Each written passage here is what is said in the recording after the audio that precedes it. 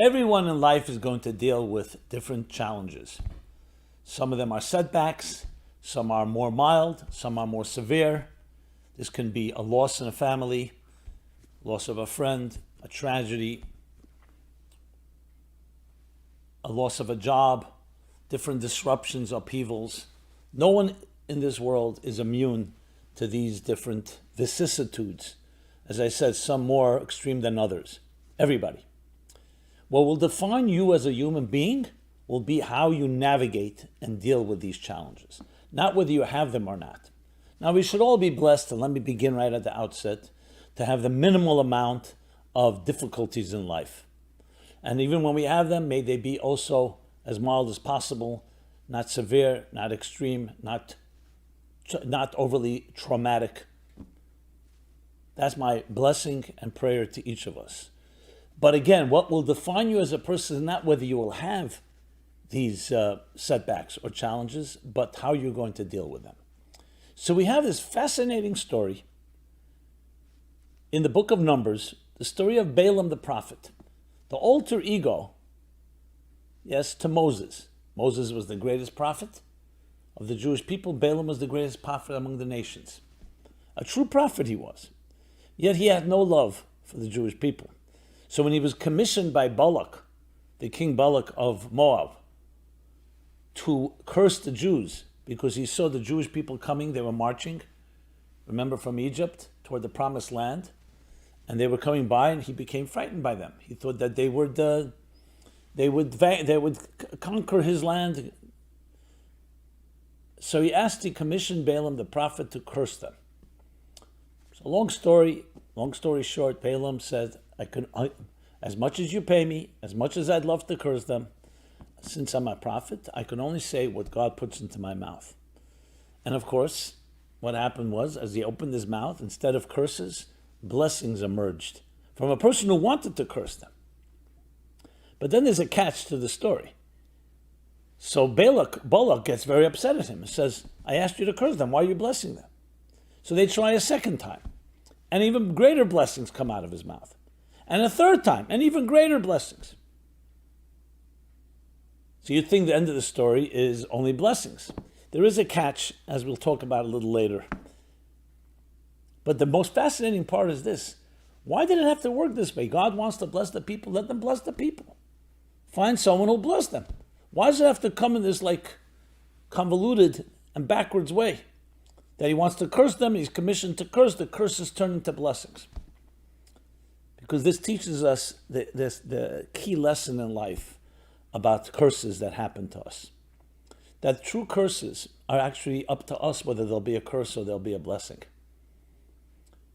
Because you can have something happen to you in your life and you'll see one person, it destroys them, demoralized, unable to move forward. And another person turns it into an asset, turns it into a tremendous form of growth.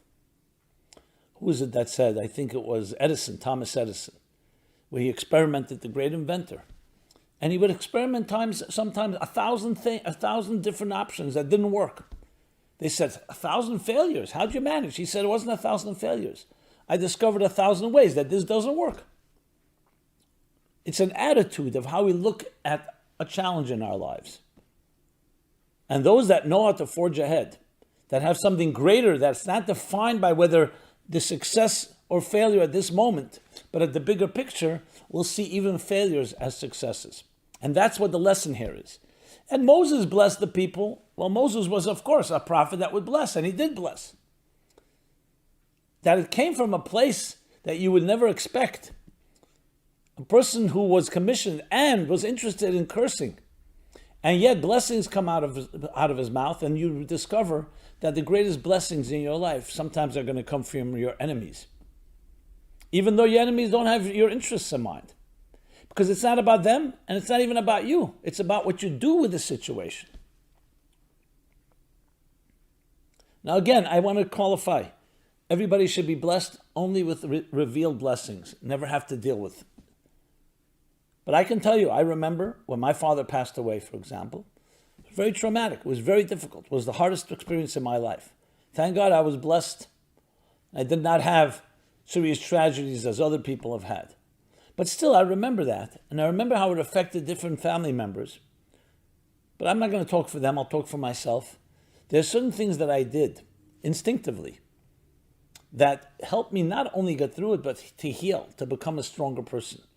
I'm infinitely stronger after that. And it wasn't because I didn't cry. And it wasn't because there wasn't a tragedy and there wasn't a loss. It was because something greater came out of the whole picture. You hear the stories of Helen Keller, born deaf, blind, mute. And you think a person like that, okay, she could just manage day to day. Instead, became a genius of sorts. And others that turned their liabilities into tremendous growth. I remember reading about, I think it was IBM, one big corporation. They hired a new vice president, and he was responsible for certain financial decisions, and he made one financial decision that ended up costing the company over $25 million loss. So he was sure that's it. Called in by his superior, they're going to give him the axe. $25 million loss is quite substantial. Instead, his superior tells him, look, we just paid $25 million for your education. We hope that investment will return to us. Instead of firing him, they let him learn from his mistakes. He ended up generating for the company many, many times over. It wasn't just a vote of confidence. It was obviously a sense that here's a man that, even though he made a mistake, would learn from it. And even though it's $25 million, but at the end of the day, if I recall correctly, he generated for the company over $500 million over time. Profits. This is what it means to take something that's a negative and turn it into a positive. So that was the wisdom of that superior. Now, if he was fired, he could have taken two attitudes. He could have either said, look at me, and basically be depressed for a while, or you learn from it and you grow through it. I know it's said so many times, and everyone says, grow through your challenges and so on. But you have here the story in the best-selling book of all Bible, the Bible, about transforming negatives into positives.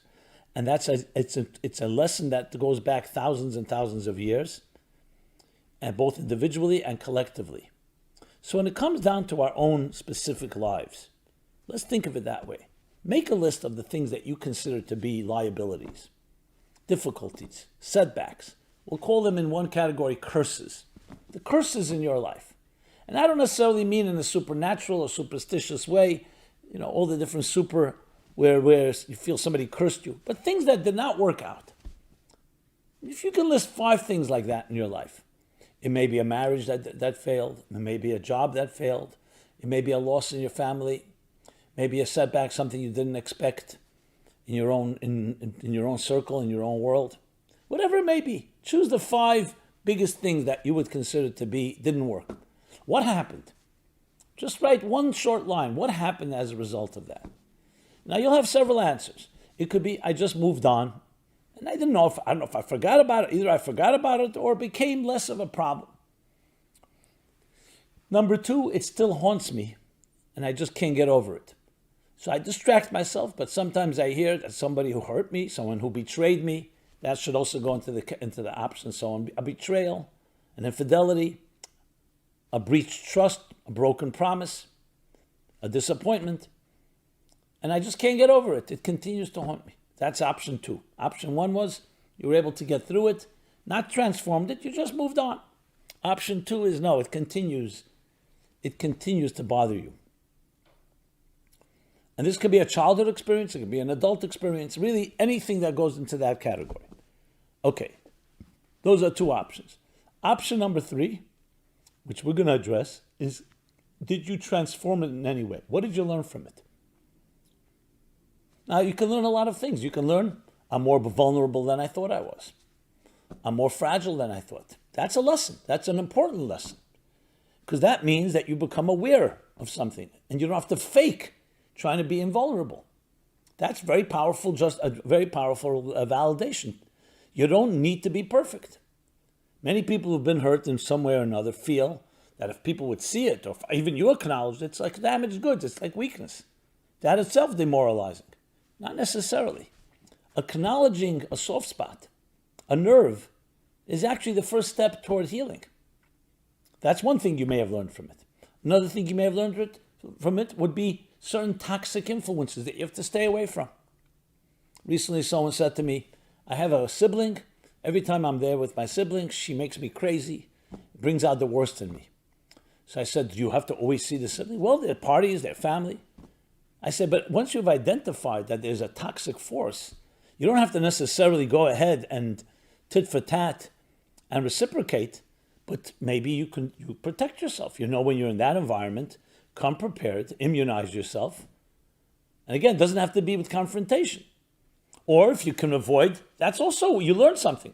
It's like walking down a path, and that path always ends up full of obstacles, or you're falling into traps. So next time you know, you've learned, as Edison said, this is not the path to walk on. Or if you do walk on this path, here are the pitfalls. The second thing you've learned. A third thing, how do you get around pitfalls? Let's say you have no choice but to engage. You're working with an employee, you're working at a job where another employee, a coworker, is just an obnoxious person. And you really can't avoid that person.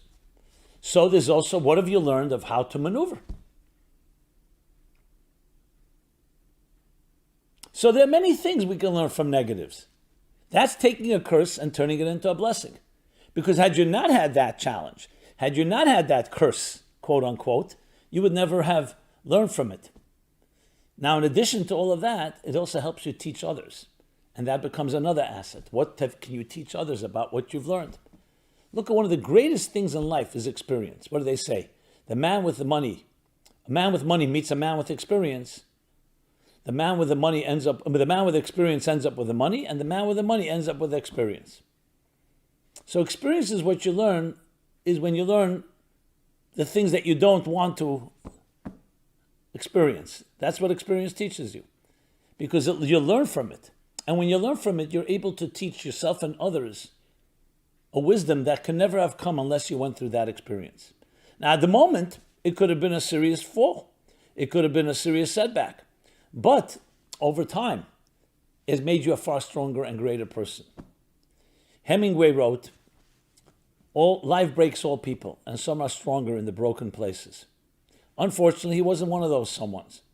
He went on and took his own life due to his own challenges. Not judging him, but that's what happened. But it's a very important point. Some are stronger in the broken places, because the brokenness, that alone teaches us, besides avoiding, but you become a stronger person because now you've been there. It's like that which doesn't kill you makes you stronger. And when you can get through it, you're far stronger, because before it happened, you may never know whether you can really make it. Now you know you can make it. I've heard this from many, many people who've gone through very difficult challenges in life. And they said the key thing that when I came out on the other side, which took time and energy, and I don't wish it on anyone, but I knew I can make it. I don't know if you remember, there was a film called Children of a Lesser God. I think it was also a play based on a book. It was about a deaf woman and a teacher in a school for the deaf, that fall in love with each other. The teacher obviously is also a speaking person. So the question is, can they really meet? Can they join? So at the end of the story, they actually, of course, they have their love, and then they have their tensions, they break up. At the end of it, the woman who was deaf, who had a lot of pride and a lot of intelligence, and she tells, when they rejoin and reunite, she says to the person, to her soulmate, so to speak, she says, I always used to retreat when I was hurt, because I thought when I get hurt, I would fall apart. So when I fell in love with you and we were connected, and then I got hurt, I had to run away because I felt I would be destroyed. What I discovered actually was that, and she uses her, uses her sign language, beautiful. She says, I realized, like a flower, that no, even when the wind comes and there's a storm, the petals don't just fly away. I can remain intact. I can be hurt. I can be vulnerable. I can feel deeply hurt and wounded, and I won't disappear. I won't disappear. I remember she does like this. I won't disappear. And then, of course, he says to her in return, is there a place we can meet that is beyond sound and beyond silence? It's very touching, very moving. But the point is, that's a very powerful statement. To say that we become invulnerable and we can't be hurt, that's just simply not realistic. But to say we can be hurt and not be destroyed, why? Because there's a part of you that you realize is invulnerable, that no matter what happens, that never disappears, is an unbelievable lesson in life. And it's very consistent to a theme you've probably heard me speak about many times. Birth is God saying you matter, that you are an indispensable force in existence. The way I like to put it is, you're an indispensable musical note in a cosmic symphony. And what you have to accomplish in this world, you and only you can accomplish. No matter what happens, whether you have a great day or you have a bad day, whether it's a day of blessing or a day of curse, you always remain intact. And that's what gives you the power to see the blessings within the curses. Obviously, to just look at the negative and say, okay, let me turn it into a positive, sometimes you can see it, sometimes you can't. But how do you maintain that fortitude? I remember years ago when I first was exposed, my naive young man I was, let's say more naive than I am today. And I was first exposed for the first time I saw real pain. People really were hurt in dysfunctional homes, abused. I'm not even going to get into the graphic details. And first I couldn't even believe that a parent can hurt a child to that extent. I just couldn't believe it. Not that I didn't believe what I was told, it was beyond my scope. I couldn't fathom it. So everybody has their dark side. Everybody can imagine behaving in an ugly way. But there's some things that are just over the reservation. You're just not capable of believing that a father could hurt his 5-year-old daughter, intentionally and deliberately, whatever distortions he goes through. And I remember looking at like the Twilight Zone. I went to read books about it. I remember the book, what was it called? It was called Courage to Heal. It was such a dramatic book, such a eye-opening book for me, as painful as it was, to see a different world, an inverted world of a child being destroyed and how they cope with it. So it opened up horizons that I had never seen before. But I remember thinking, this can really be depressing.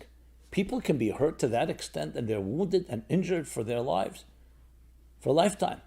You know what it did for me? It didn't cause me to feel less hope.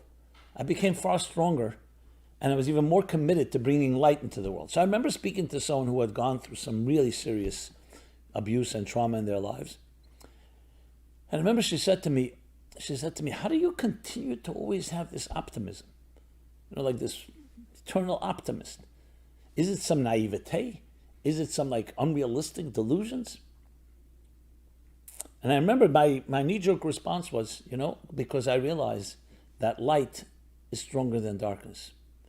And she said to me, no, you don't know what darkness is. That's why you say that. If you saw real darkness, the hopelessness of a child, every night, hoping for salvation and nothing coming, no one answering, God's not there, your mother's not there, the others are not there, and your cries for help are either laughed at or completely muffled or silenced.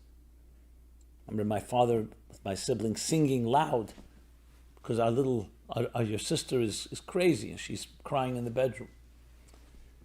She says, you don't understand what darkness is. I said, maybe you don't know what light is like. It's not about light. It's a place that goes beyond silence and sound. There's a place that's beyond darkness and light. And that's the place where curses are transformed to blessings. And I am committed, no matter what, to that place. So it's not about, okay, which one is going to be more powerful. Of course, suffering can be quite overwhelming. But there's a place that's not just that's beautiful, but there's a place beyond beauty and beyond suffering. A place beyond curses and beyond blessings. That has the power, as the Kabbalists explain, to transform the darkness into light. It's coming from the very darkness. Why is it, I told her, I said, why is it that you're still here? Why is it that you built a family, a beautiful family? Why is it that when you hit rock bottom in this darkness, you still have some willpower? I don't know where it comes from. You know where it comes from? Because within the abyss, within the heart of darkness, in the darkest place of all, there lies a power that is a divine power, the power to conceal. And the Kabbalists explain, the Hasidic masters explain, that the worst concealment lies the concealment that transcends light. In other words, the concealment, the darkness below light, which is pain and suffering, originates from a darkness that precedes light, precedes structure, precedes revelation. And that's where the transformation of Balaam's blessings came from, that deeper place. Put it back in our language, that ultimately, no matter what happens in life, there's something greater than the positives and the negatives. Not just the positive is stronger than the negative. That we hear all the time. Light dispels darkness. That's true. But there's something about you that is deeper than the darkness and the light. And when you can access that, then darkness can become light. And indeed, in this case, I have to tell you, despite the fact I'm not going to suggest you can change the past, injuries don't go away, wounds don't go away, but you can become a stronger person. In this particular case, and many others I've seen a refinement, a deeper light, only a light that can come from real darkness, a light that you don't see regularly. It's not the sunlight, it's not daylight. It's a deeper light, a deeper refinement that comes from the souls that have been hurt. It's like a deeper truth that comes from a world of people living in a world where, like I often say, that an ugly truth is more beautiful than a beautiful lie. We live in a world of deception. And people who've gone through deception and seen duplicity and suffered from it, when they come to a level of honesty, their honesty is a very different level. And that's completely accessible. Now, I know I'm talking maybe in more extreme terms, but even the milder ones, where those of us that have not gone through such traumas, the lesson of Balaam is a tremendous lesson in life. Understanding that the negative, there's something deeper than the negative and the positive. And when you access that, the negatives can be turned into positives. Liabilities into assets, challenges into opportunities. It's about your attitude. And here's the catch. At the end of the story, Balaam says to Balak, I can't curse these people because they're curses to them. They're a people that are connected to God. And when they're connected to a higher source, even curses are turned to blessings because they're not subject. They're not at the mercy of our intentions. They will turn anything into positive. You can't destroy them. But I will give you advice. The only way to hurt them is let them hurt themselves. Send the women, the Midianite women, to seduce them. Let them be their own worst enemy. Basically, the message being, you can't hurt a person as long as your attitude is strong and you're connected. Nothing, even the negative, will be turned into a positive. That doesn't mean negative things don't happen, like I said, but they'll be turned into a positive. But if you lose that confidence, if you lose that fortitude and that strength, then you open yourself up. You become vulnerable. And once you become vulnerable, you become your own worst enemy. It's not even the other. As much as they wanted to hurt them, the Jews, they could not, until the Jews themselves hurt themselves.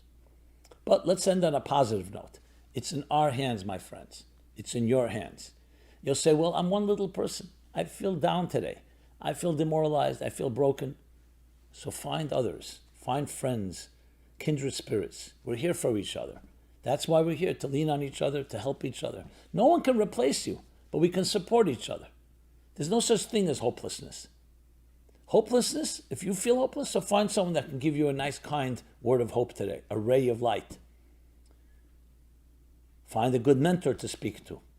Doesn't have to be perfect, but don't allow despair to control your life. Don't allow darkness to control your life. That when you wake up in the morning, always feel today can be a better day. Just like a new sun is shining, a new dawn has broken, a new morning has started, new hope is peeking into your life. What you need to do is have that attitude and access it. So even when the dark comes, know the darkness can also be turned into light and a new day will come. And please see me and the Meaningful Life Center as one of those friends. Obviously, trust has to be earned, but that's what I offer to you. And I hope we can reciprocate for each other. That's what we're here for. That's why we're here in this world, is to illuminate, to bring hope, to bring strength, to turn curses into blessings. And each of us can do that. And I thank you for listening. Thank you for being there. This has been Simon Jacobson, Meaningful Life Center. MeaningfulLife.com is our website where you can find this and many other programs. Please, I'd love to hear from you. Thoughts, comments, questions, suggestions, and also share. Let's share with each other. Everyone have a very blessed week, and even the challenges, may they be turned even to greater blessings. The greatest light comes from darkness. Be well.